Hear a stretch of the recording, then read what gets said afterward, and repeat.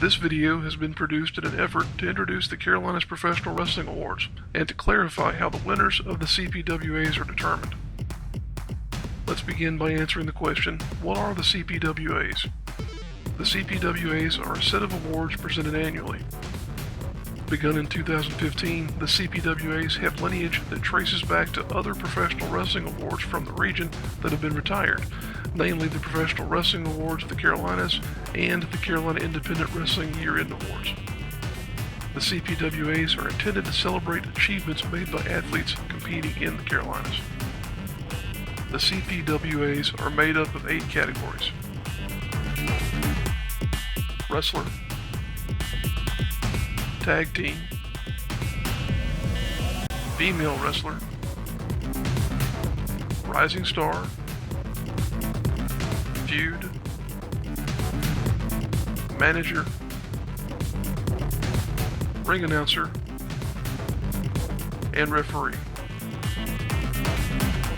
The CPWAs are different than most professional wrestling awards in that there is no fan voting.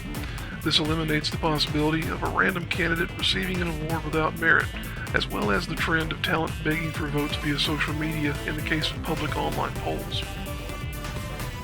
Instead, a 7-member panel determines nominees and winners. Panelists are in some way involved with the local independent professional wrestling scene. The panelists for 2016 include Michael Elliott, documentarian and filmmaker; Laura Lyons, Live from the Armory podcast; George South Sr., professional wrestler and trainer; John Moses, photographer and ring fabricator; Bill Morris, fan at large; Scott Grady, referee; and Jeff Lewis Neal, professional wrestler and trainer. You may be wondering at this point, who selects the panelists?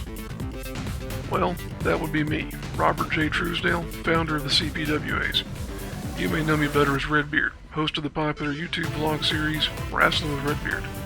I'm a lifelong fan of professional wrestling, and I view these awards as an effort towards giving back to the men and women who have given so much of themselves in order to entertain those of us who are willing to believe in them.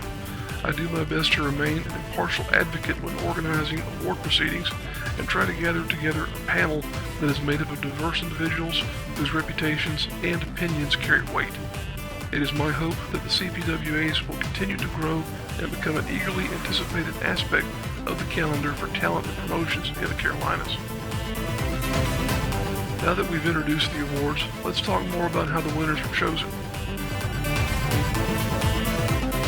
Each panelist submits nominations for the categories, and yes, they may submit more than one name per category.